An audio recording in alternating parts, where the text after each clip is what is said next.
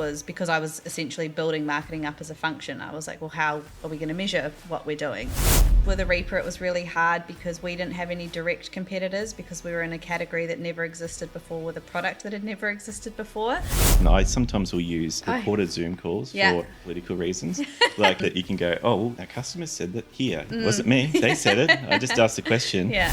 But I didn't realise it was so above the industry average. Like they said brands weren't doing that in 6 years and we did it in 9 months. We essentially went into the dashboard, plotted a line in this graph that you get given that says like, right, we're spending $80,000 here in August. And then after that moment, it essentially allows you to track how your awareness has increased from that campaign. So I was like, oh, that's a great analogy to use with anyone to say, well, cinemas do it, movies do it. 90% of the advertising happens before it comes out.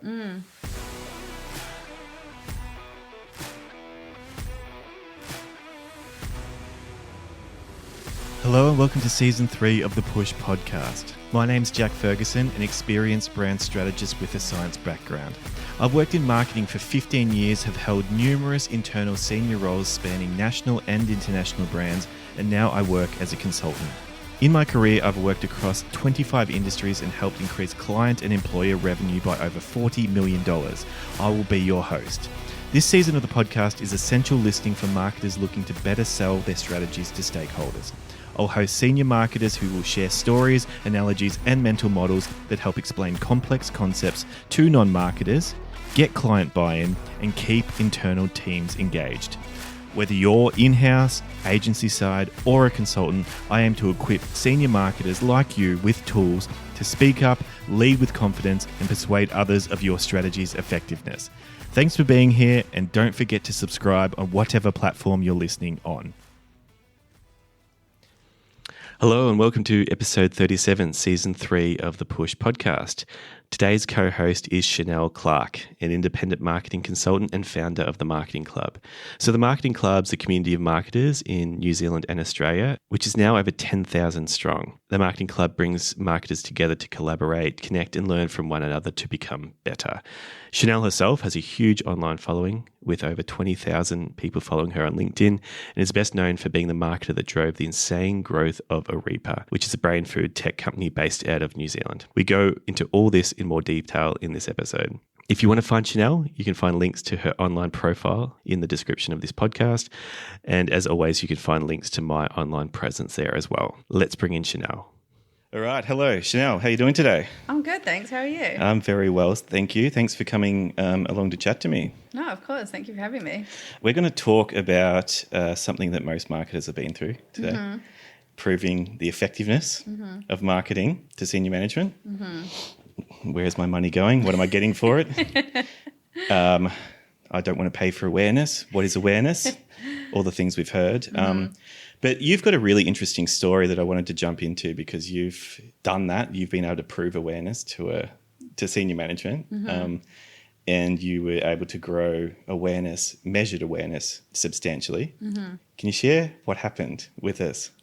Yeah, I mean, it wasn't easy, that's for sure. Like this experience that I'm going to talk to was definitely because we were using the right tools in order to do it. You know, pre this moment in time, I had never been able to measure awareness. It was just sort of that finger in the air moment of, oh, we spent the money and then we saw the increase. So sure, I'll claim it. But this particular moment, I was in a head of marketing role at Arepa, which is an FMCG company. In that role, my whole, I suppose, the responsibility of what I had was like everything marketing. It was setting up the function of marketing and then actually going and doing the things. And one of the first things that I said when I came into that role was because I was essentially building marketing up as a function. I was like, well, how are we going to measure what we're doing? That was for me personally, because I was like, if I'm doing this, I want to be able to measure the impact, but also just generally for the business, because they'd never done marketing before properly. I was like, well, let's figure out what our baseline is first, because that's the easiest place to start. You know, not a lot of marketers get to come into a company and almost have a clean slate. I was like, if we've got a clean slate, I'm going to rinse this for all that this is worth, because it will never be clean again. Right. So one of my big priorities was really looking at what are we using to track everything we're doing. And, you know, I had heard of this tool called Tracksuit. A few of the boys in the business were actually friends with the team that had built the tool. Because it's a New Zealand company, right? Yes, it was a New Zealand company. And I mean, in New Zealand, everyone's basically neighbours, cousins or best friends. So I was like, surely you know someone who knows someone. Yeah, so heard of Tracksuit and I was like, right, this sounds like a really good idea. They had just launched, so they were looking for people to start using their product to validate how it was going to work. So we got in early. We were one of the first people to test it. Implementing that, I think even just seeing what that tool did. So for those who don't know Tracksuit, it is literally a tool to track brand awareness. You get to sign up to the platform. You get to put your brand in. You get to pick the competitors of your brand as well. For us with a Reaper, it was really hard because we didn't have any direct competitors because we were in a category that never existed before with a product that had never existed before. So our data was always going to be a little bit skewed because we were looking at perceived competition like, you know, energy drinks or supplements, etc. like that. But it was really handy to be able to do that because then those were essentially the brands that we were going to track against the kind of work that we were doing. And yeah, you got to set up your competitors, then you got to essentially analyze like what you wanted to be known for. And basically how it worked is that they would then go out and survey a bunch of people through different research tools who had nominated themselves and ask questions that weren't necessarily prompting around your brand. Like it might say, you know, in the health and wellness category, have you purchased any of these products before? And then they'd select yes. And they said, and of those products that you purchased, how many times, or, you know, how would you describe the product? And that was really cool to finally see a piece of work being done that wasn't necessarily asking the explicit question, but was letting an audience come back to you and say, hey, I know this brand exists. Maybe I've purchased it. Here's what I think about it. And then in the dashboard, we got to see the sentiment around what people were saying about the product too. Mm-hmm. And from a marketing point of view, that was amazing because it was essentially from the campaigns that we're doing or the social that we're putting out, what we're saying about that brand. Are people taking those same words that we're using in brand copy and using that to explain our product? Or are they understanding something completely different? Like for a while, you know, we were saying it's a blackcurrant drink, it's good for your brain.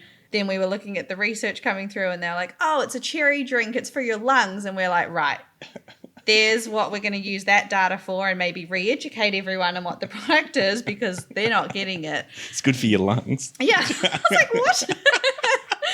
I mean, I'm sure there was health benefits for that too, but we literally promoted it as a brain drink. And I'm like, where did the comms break down on that one? Like, go back to the drawing board. But that was the first time in any marketing role where I'd ever actually been able to see, like, from what you're saying to what is being said by your customer, are those things aligning? Mm-hmm. And the big thing for us from a marketing point of view in terms of the awareness was that program allowed us to essentially plug in when we were doing marketing spend. So for example, one of the first bits of activity I did was a marketing campaign targeting people based in Auckland. I called it the boomer campaign because they were people based in Auckland over 50. And we had never targeted them before. So we essentially went into the dashboard, plotted a line in this graph that you get given that says like, right, we're spending $80,000 here in August. And then after that moment, it essentially allows you to track how your awareness has increased from that campaign. And it was really cool to see. I mean, I was refreshing the dashboard every day, which I tell you not to do. Oh, of course, I was like, how's the awareness going? How's the awareness going? But it was really cool to be able to see that, you know, from the moment that campaign started and then we ended up like putting more money into like secondary and third campaigns, by the end of that 6-month stint, we saw that our awareness had raised it was 10% in the first 6 months, the awareness had raised. And then by 9 months, it had raised 12%. Yeah, which is heaps. It is like, well. That's so much. Yeah, I mean, as I told you earlier, I literally got a call from Tracksuit like the day after the reporting came through. And they're like, hey, we think your dashboard's broken. And I was like, oh, my God, what's happened? And they're like, oh, it says that you've done 12% increase in awareness in less than 9 months. And I was like, oh, is like that not normal? Like, because I knew how much we were doing. So I'm like, oh, I bloody hope it's 12%. Like, that would be amazing. But I didn't realize it was so above the industry average. Like, they said brands weren't doing that in 6 years and we did it in 9 months.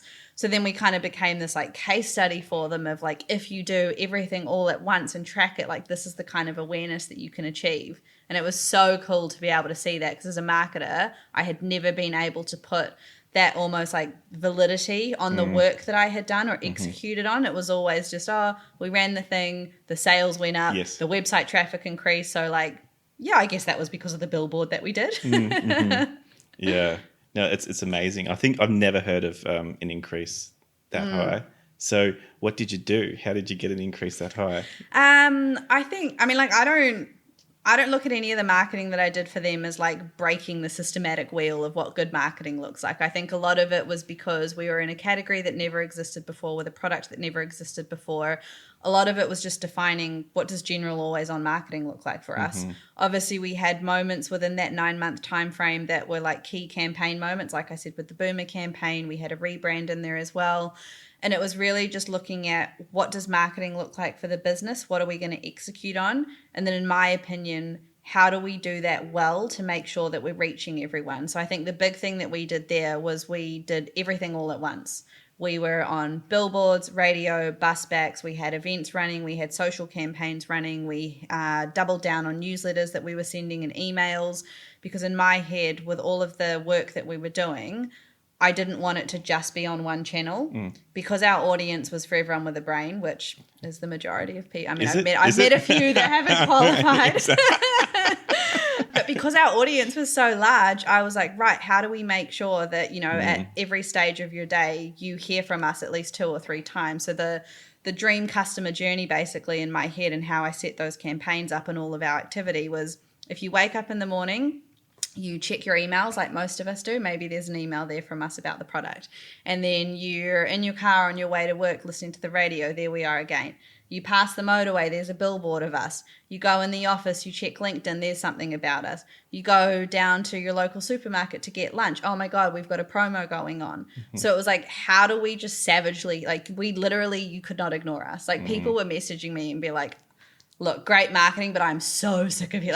They were like, I cannot ignore you. I'm like, good. Have you bought us yet? And it almost became one of those things where people who had never tried us were just like, oh, for God's sake, I'll just give it a go because you are everywhere and I can't ignore it. And I was like, that's literally what we wanted. We saw sales increase at that moment. The amount of, opportunities what we got given as well during that was really cool. So we ended up earning over $1 million of free billboard advertising because our creative was so strong that anytime JC had a spot opened up that they couldn't fill, they were like, hey, Chanel, do you want us to chuck you on another billboard? I was like, yes.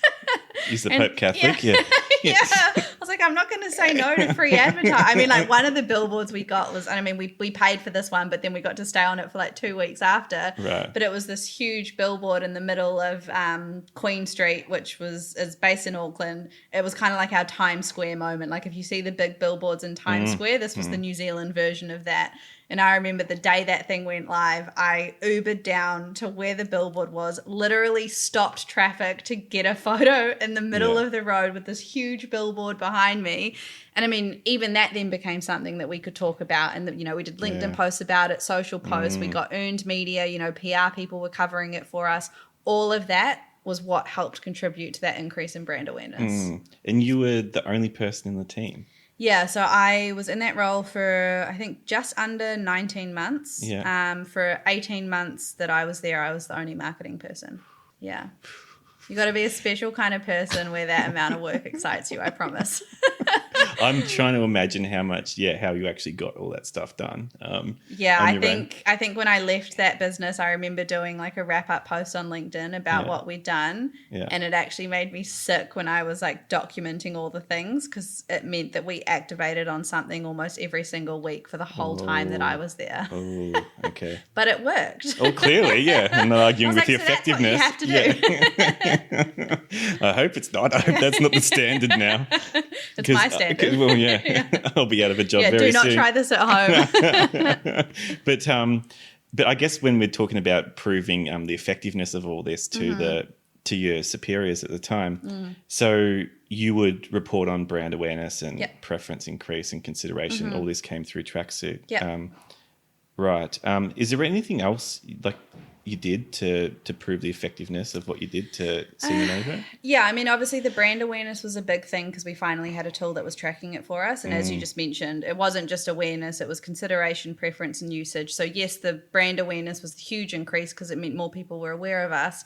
But then we were also seeing increase in how many people were considering buying us, how many people were then choosing us, and then how many people were converting. So while using Tracksuit was part of that, it was also just looking at, how many new people did we get signing up to our newsletter who now wanted to be a part of our ecosystem? How many new Instagram followers did we get? Did we see an increase in people wanting to come to our events, or even like little things like people DMing us asking questions about the product because they'd finally found out about us. They were interested enough, they were invested enough that they wanted to know something before, they went and purchased the product. So all of those little things added up, and it was great because I remember, putting the big report together after the campaign, and I was like rolling in there with my 12% increase, and I was like, oh, boys aren't going to believe this. And yes, obviously the brand awareness was the huge play. Like I remember on the presentation, that was like the bold, the 170 size font. I was like, this is what we did. But then it was all the other little things of like how all the Instagram followers increased, the Facebook followers, how many comments we were getting, like all of that also made up the sum of what we achieved for that brand awareness play. And then you have to think, when you run a campaign that big for that long and activate on basically every channel that we could that existed, even just the tailwind of that campaign. But then there was stuff that we were doing after that we weren't paying for, that was all organic, that was still building on the momentum of what we had created. And I mean, that tailwind, the campaign was only for about 3 or 4 months, but the tailwind from that campaign almost lasted another 6 months. Yeah, right. Because then all of our social content was getting to more people because they'd found out about us through all that activity we were doing. We were then running events that was providing people with those in-person experiences off the back of the momentum that we built from the campaign. So it basically just blew open the water for us of like how much more we could do just off that one big bit of awareness that we got. And what was the response to the big, bold 12% increase in brand awareness? I mean, I had a bit of an ego about me after that. So you should. I think the response from the business obviously was massively positive. I think it was a huge thing for us as well. Like there was a little bit of skepticism at the start because it was like, oh, well, we'd never tracked brand awareness before. So, we started at 3%, we grew to 15%. Even starting at 3% brand awareness as a new product in market, as a category that had never existed before, was still above industry average. So I think a little bit was like, oh, well, we were already doing like pretty well. So it was really around educating on how much do you want? Yeah. I was like, come on, guys. God. You want me to make gold next? But it was just the education of what does the standard baseline of good brand awareness look like? Yeah. How much have we grown and why is that so huge? Like I remember getting one of the guys from Tracksuit just to kind of like validate, I remember getting like a testimonial from him saying like, this is really good, guys. But yeah, it was just that education piece of like, here's where most brands are at, where we're starting. 6 months later, this is still where everyone's at, and we're now up here. And then this is the potential impact of what that unlocks for us. And I think what went so well in my favor is because the momentum from having that amount of awareness, we were able to harness and continue to do more activity.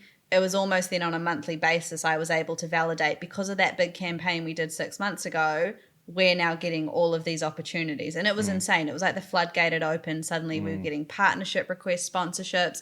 Influencers who I was reaching out to maybe 6 months ago who hadn't heard of us were now like, oh shit, yeah, like send me product, I'm down. And I'm like, where were you 6 months ago? But it just unlocked so much for us. And I think the big thing for me was just continuing to communicate every single week. And I mean, if anyone knows me as a human, like I was like so consistent about it. I was like, hey, we just got this opportunity because they saw us 6 months ago from that campaign, or hey, we got this, by the way, that's tied back to that campaign we did 6 months ago. So just constantly reminding everyone, this is where we are now, but it was only because of the work that we did back then. Yeah. Where were you 10 years ago when I could have really used that information? I'm away like in the corner just doing my work, thinking I'm doing the right thing. You got to tell people. You got to tell people what's going on. Yeah. But I think that those products like Tracksuit are going to be great for marketers like going forward. Like, I mean, there's one called Winter. Have you heard of that? No, I haven't. But that's more a B2B one, WYNTER. And it's not tracking brand awareness specifically, but they have panels of professionals and that you can get effectively qualitative feedback pretty cost effectively. Like some of their products are only $2,000-$3,000 and you get that's all right. panel data coming back. So yeah, all that type of stuff. Hopefully that keeps helping us out more, because I think Tracksuit have also made these measurements accessible to a smaller brand. Like maybe, if you go out to a market research company as a big brand, you can track this stuff, but it wasn't really available do. Well, and I think too what Tracksuit has done so well is, This isn't a sponsorship for Tracksuit either, by the way. but hey, we both like it. But it can be. Slide into my DMs. No, I think what Tracksuit had done so well and why they sort of stood out in the market is because even just the way they set up their dashboards, even if you weren't a marketer, you could go into a dashboard and understand the data you were looking at. And for me, I think that was what was so important because, I've even worked with clients who use other tools for brand tracking and stuff. I feel like I'm looking at like a manual on how to build a rocket ship. Like there's spreadsheets. It's like all very like inchy kind of data. Whereas Tracksuit, it's like there's purple, there's pink, there's green, there's like little emojis everywhere. Like it's just so easy to understand. And I think that was what was so great when I was taking that information to, my managers or the guys reporting to the board. I could literally screenshot straight away some of those dashboards and it's like anyone could have understood what they were looking at. It was that simple to digest. And I think a lot of brands with the tools that they come up with, unless you're a marketer, it's really hard to understand what you're looking at. Whereas when, our manager or like one of the CEOs was able to just log in straight away, it was so obvious. And I'm like, unless you were looking at it with your eyes closed, you couldn't have not understood the data you were looking at. Yeah. And it's like a 2-second. Yeah. I get it. Like it's just easy to consume. And, all right, I get it. I understand. But yeah, like I was thinking about this topic as well, and I sometimes will use Zoom calls, like recorded Zoom calls for political reasons. Like if you're doing a customer interview for it, like recording it, and then you can refer back to, it gives someone something that you can go, oh, well, our customer said that here, 3 minute, 20 second into this video, come back here and have a look at what they said. Wasn't me. They said it. I just asked the question. Yeah.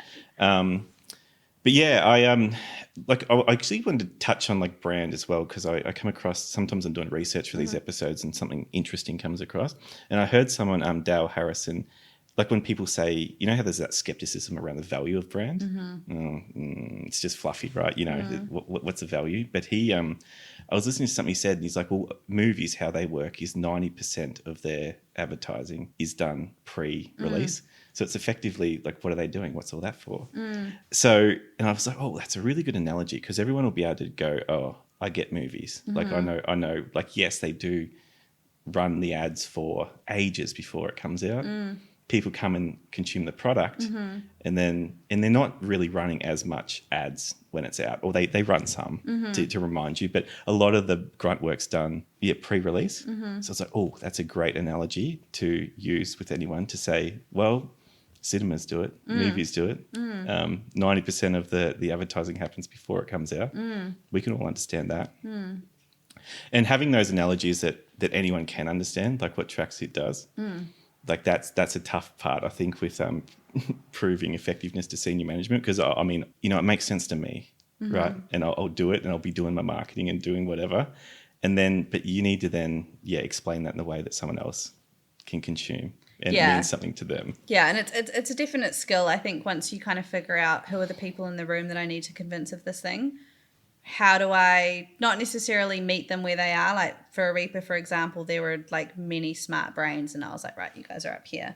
I'm just marketing. So I was like, how do we meet in the middle? Like, yes, here is the data that I'm showing you, but what are the buzzwords that I can say where you'll, it's like when you say bacon to a dog, I'm like, right, like what are your guys' buzzwords? And it was obviously like sales. ROI, sales, increase in store or like ranging and all of that. So it was just learning like, what is the tangible outtakes that they actually want? Yes, it's great. Oh, brand awareness, that sounds good. But where does that actually get us? And I was like, more opportunity, more ranging, more stores, more collabs, more sales. And those were really the words that they clung to. And I think that was, for any marketer, right? Like it's just so important to know, yes, there might be all this rich data that you're sitting on, but if you're not communicating it in a way that, the people you need to convince actually want to hear it, then it's just going to fall on deaf ears. And that's what I've had like most of my career.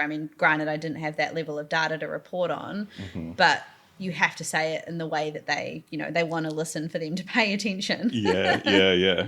Have you got any other instances you can think of where convincing senior management of marketing effectiveness comes to mind? In some previous roles, yes, but it was just very sort of situational based on what we were doing. And I think, tracksuit with a Reaper just set the bar so high of what like actual tangible good reporting looks like. I think in previous roles I'd been in, it might have been like, our newsletter subscriber rate went up, or our click-through rate on an email went up, and then we saw an increase in sales. But that's almost just guesswork at that point, right? Or even when people are like, oh yeah, I heard about you on the radio. It's like, did you though? Or did you see the billboard 2 months ago that we did? And then the radio was the thing that converted you. So I think like all of that to me has just been such a gray area because it doesn't feel like something that's like accurate reporting. It's just, I think that did it. Yeah. It's just a loose correlate. Yeah. This happened and this happened and let's just join them together. And it falls under marketing, so I'll claim it. And I did that, yes. Yeah. That was all me. But yeah, such an important topic. But yeah, and I remember tracksuit, you can kind of model out like if our awareness increases by this much, then our consideration can increase, preference all the way through. What was usage? Like how were you defining that? I think the usage for us, like I think we got about a 4 or 5% increase on that during those 9 months when we saw the 12%. And that was the thing, is like the 12% was the big number because that was, not common for a brand to jump up that much.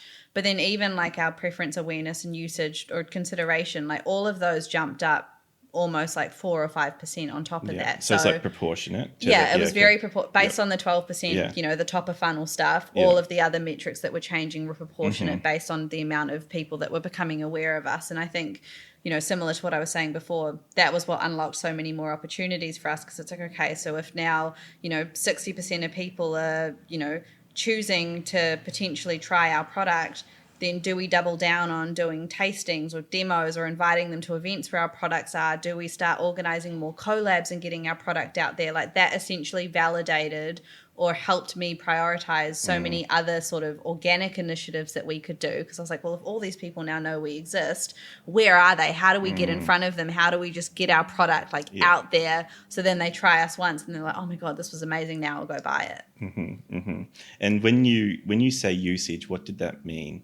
So usage was like actually like converting to buy. Yeah. So when they got given the survey, what products have you bought? What brands of these do you know? Have you bought this product? How often do you buy this product? Okay, so they'd bought it before. Was there a metric for frequency? Not that we were on, because we were just on like their starter plan because they'd just launched. I think now there is. I mean, the dashboard, like I was looking at it probably last year and I was like, oh my God, where was this when we started? Because I did some work for them last year and I just saw all the upgrades. I was like, you assholes, like you couldn't have had this ready for us. But I mean, they were still validating that people actually wanted it as a tool. So yeah, I've never heard of an increase like that. So amazing job. Yeah. But if anyone wanted to find you, where can they go? LinkedIn. I am all over LinkedIn all the time, 24/7. Right. Chanel Clark, LinkedIn. Go find her there. And thank you very much for coming in and discussing your story with us. No, thank you for having me. I love talking about this stuff. Thanks, Chanel. Thanks. Thanks for listening to this episode of the Push Podcast.